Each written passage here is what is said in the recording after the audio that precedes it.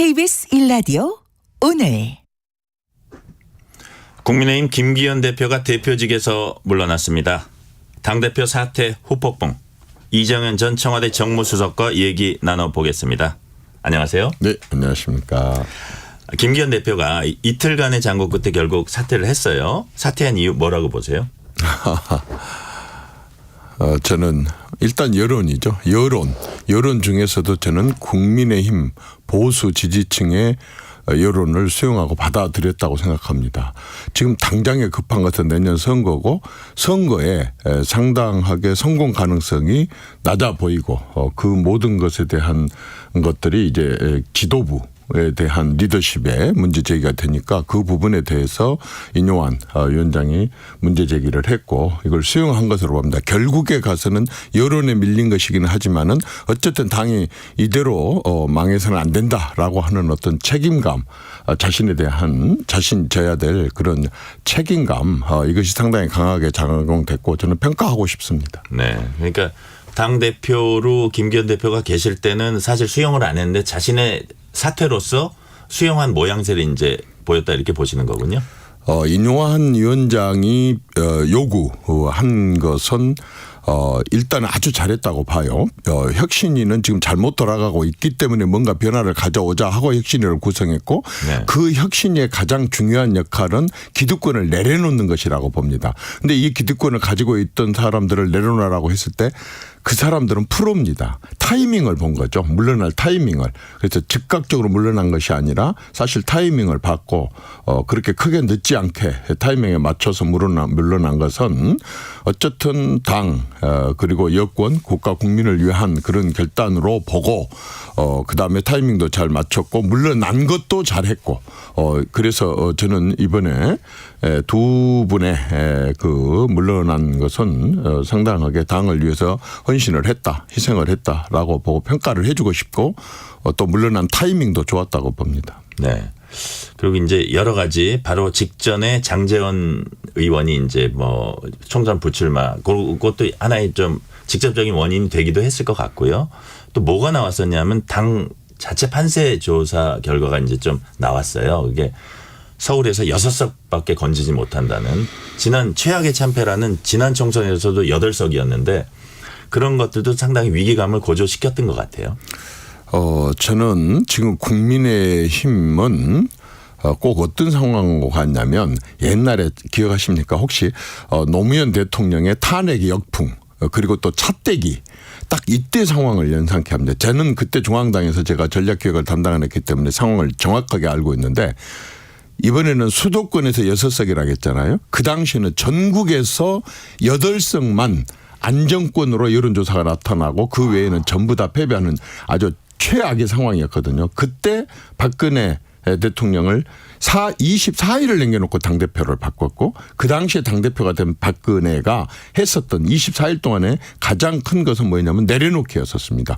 중앙 당사를 팔았고 그다음에 연수원을 국가에다 헌납을 했었었고 천막 당사를 했었었고 그리고 그 당시에 전국구 말하자면 비례대표 공천이 남아 있었는데 그걸 박세일 교수에게 정권을 다 맡겨가지고 거기에서 완전히 새로운 인물을 끌어들일 수 있도록 이런 조치들을 피하면서 결국에 가서는 풍랑을 맞이하고 배가 위기에 처해 있을 때는 금은보화가 무슨 소용이 있겠습니까? 생명이 제일 중요하지 않겠습니까? 당의 존립이 제일 중요했기 때문에 금은보화를 다 내버려버린 거죠. 지금 국민의힘은 이제 시작입니다. 금덩어리 하나씩을 바다에 던지는 시작이 됐고 그 금덩어리가 바로 이번에 저는 그 두 사람이 먼저 그렇게 버림을 내쳐졌고 앞으로도 이런 것들 이런 기득권 내려놓기는 계속돼야 된다고 봅니다. 국민의힘이 어떻게 달라져야 하나 요거는 좀 이따가 제가 더 구체적으로 여쭤보고요. 요번에 이제 김기현 대표 사퇴 장제원 의원 불출마 선언 이게 이제 중진 친윤 인사들의 연쇄 영태로 이어질 것으로 보세요. 저는 물러나고 누가 물러나고 또 몇 명이 물러나고 절대 이런 것에다가 초점을 맞춰서는 안 된다고 봅니다.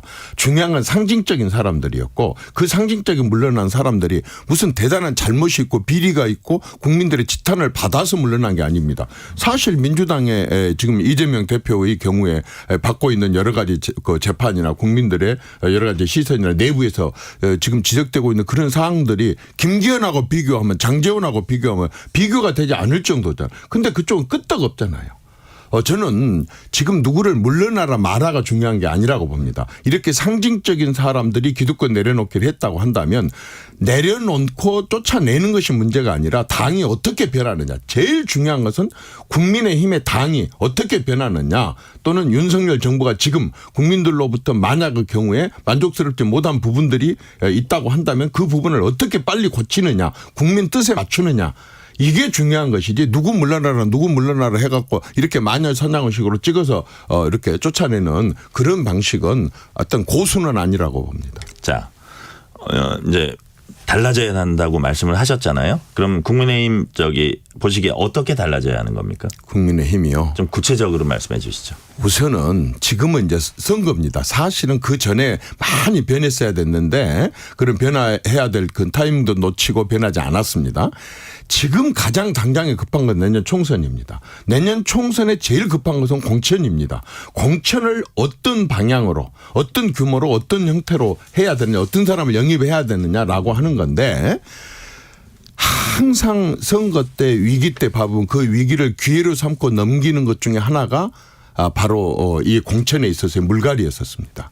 지금 상황은 국민의힘에 변화해야 된다. 가장 최우선적인 것은 구성원입니다.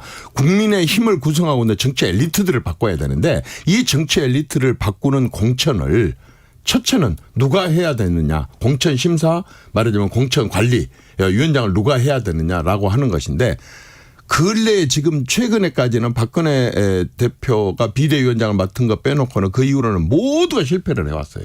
사실은 그 선대위원 말하자면 이항구 또는 뭐 김영호 이런 분들이 했을 때에 굉장히 실패를 해왔었어요. 그 이유는요. 물갈이가 아니라 판갈이를 했었어야 되는데, 조그만 물갈이를 하면서 그 물갈이 하는 중에서도 표적 물갈이를 하거나 또 자기 사람 심기 하거나 이렇게 해서 실패를 했거든요. 지금 저는 국민의힘의 그 공천 관리를 한동훈한테 저는 맡겼으면 좋겠습니다.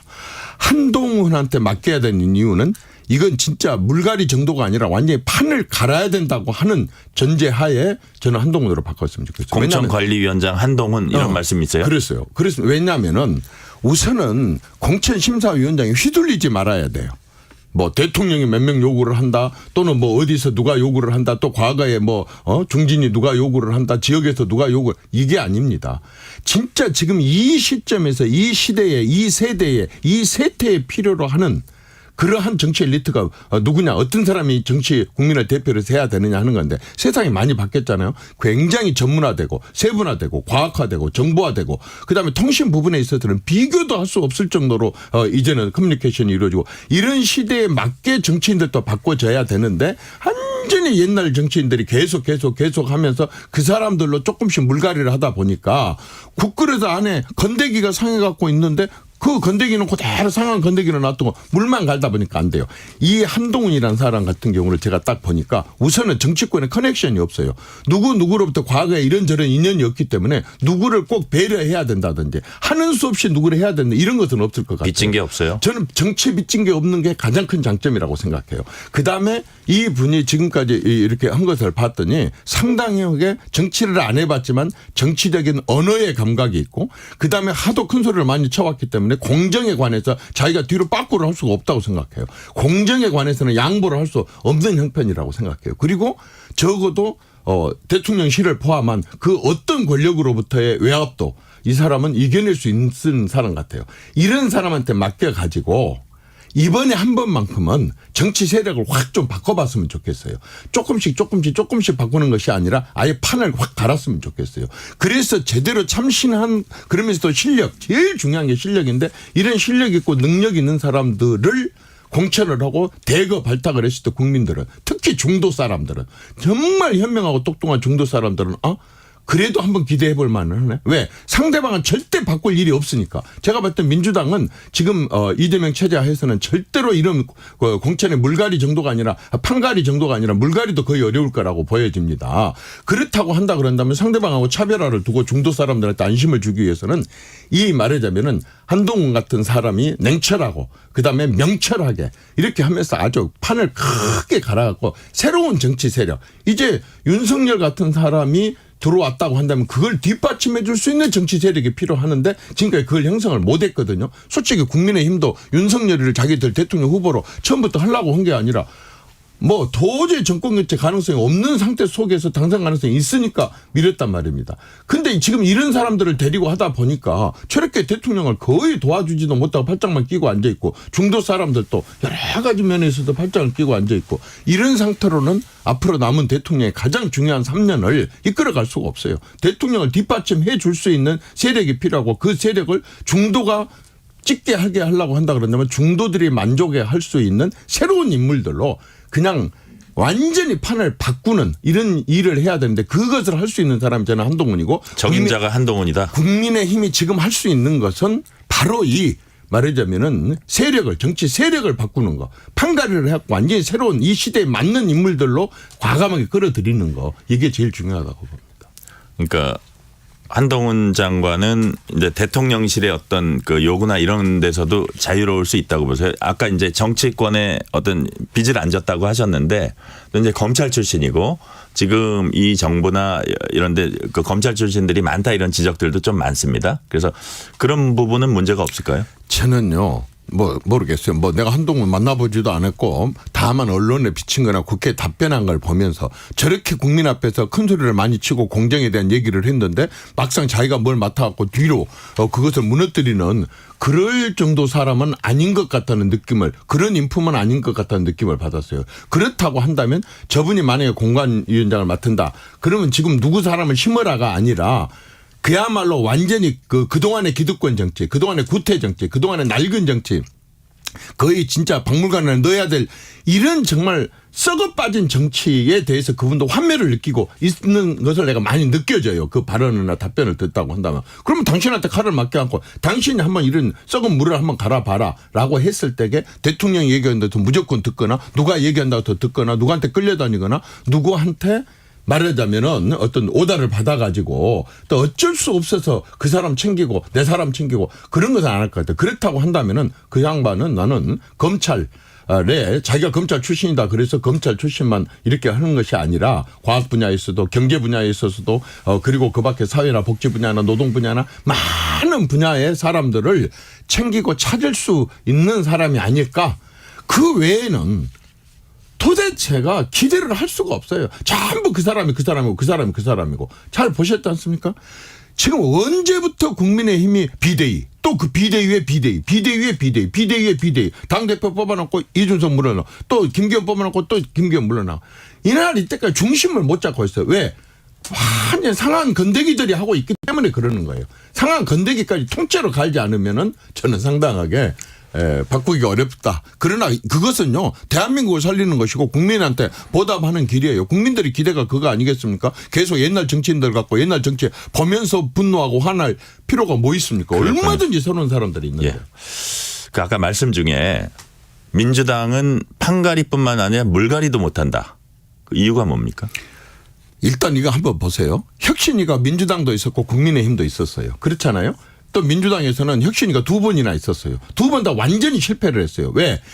원래 혁신이라고 하는 것은 지금 잘못 돌아가고 있으니까 뭔가를 확 바꾸자고 하는 건데 그 바꾸자고 하는 건데 기득권 내려놓기거든요. 근데 민주당은 기득권 내려놓기를 한 게 아니라 혁신위원장들을 2번이나 구성해갖고 사실상 당대표 기득권 지키기로 간 거예요.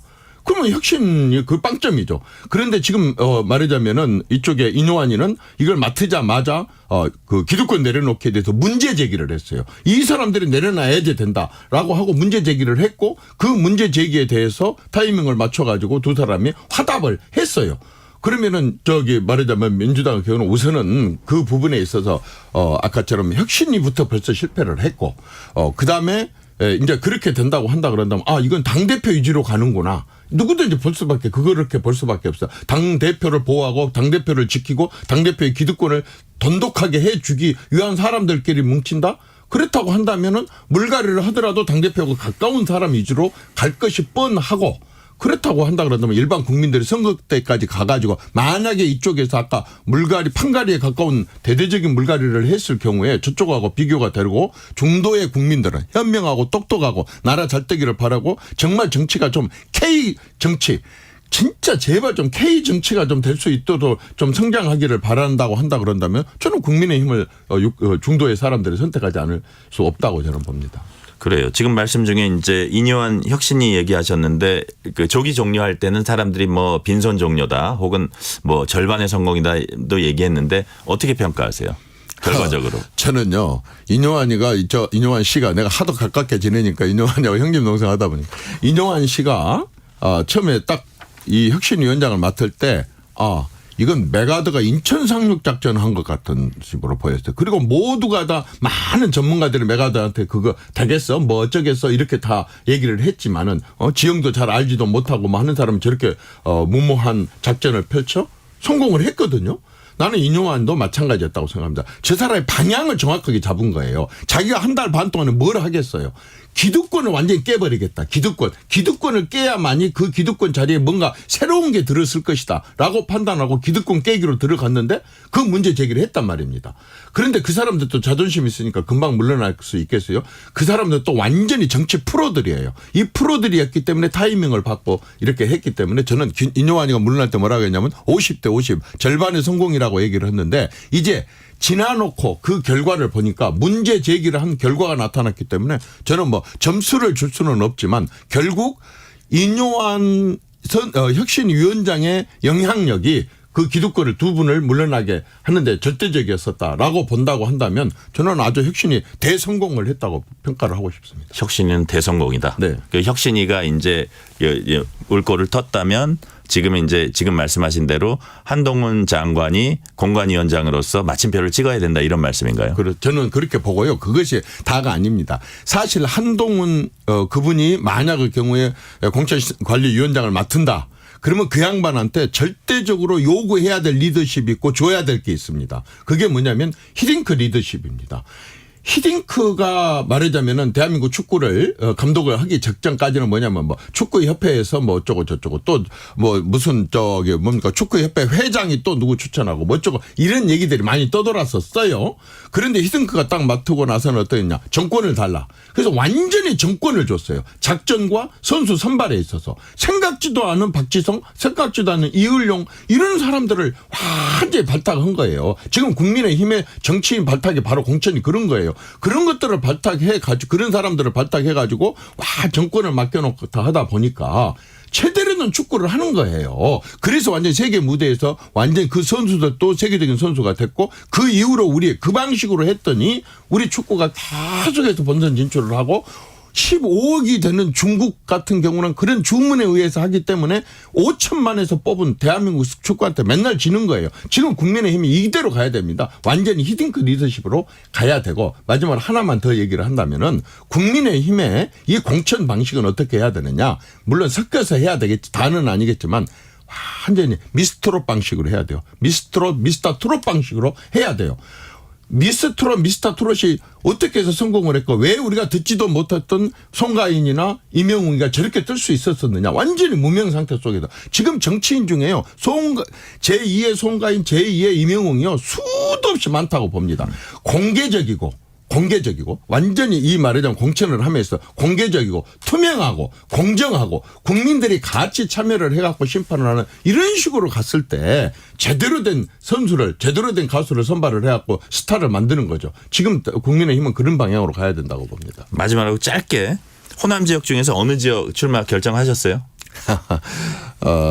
저는 뭐 마음은 결정을 했습니다. 마음은 결정을 했고 저는 이번에도 호남에서 출마한 거 확실하게 맞지만 조금 마음의 정리를 더 해서 명분을 더 만들어 가지고 국민들 앞에 우리 지역민들한테 발표할 생각입니다. 저는 마음은 정했습니다. 호남에서 출마를 하는 걸 확실하게 맞습니다. 그렇군요. 여기까지 듣겠습니다. 이정현 전 청와대 정무수석이었습니다. 감사합니다. 네, 고맙습니다.